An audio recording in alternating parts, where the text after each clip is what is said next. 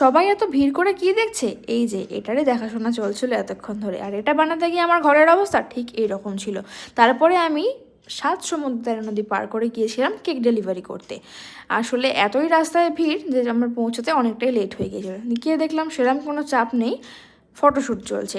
তো আমাকে সাইডে টেবিল অ্যারেঞ্জ করে দেওয়াতে আমি সেখানে কেকটা সেট করি। তারপরে আমি কি করলাম দেখো সোমরা, সেভাবেই আমাকে সবটা সেট করতে হলো, কেন কি এটা বাড়ি থেকে করে আনা পসিবল ছিল না।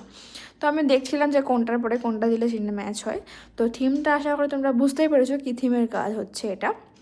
আর কেকটা কেমন লাগলো ফাইনাল লুকটা দেখে কিন্তু অবশ্যই জানিও। আর জানুয়ারিতে আমার কেক বেকিং ওয়ার্কশপ রয়েছে, তোমরা যারা চাইছো এরকম সুন্দর সুন্দর কেক বানাতে তারা অবশ্যই আমার সাথে কন্ট্যাক্ট করো আমার ক্লাসে জয়েন করার জন্য। তো আজকের মতো এতটুকুই। ভিডিওটা কেমন লাগলো অবশ্যই জানিও। ভালো লাগলে like comment share and subscribe করতে হবে এরকম আরও ভিডিও দেখার জন্য। তারপরে আমরা পকোড়া খেতে খেতে চলে এলাম বাড়ির দিকে।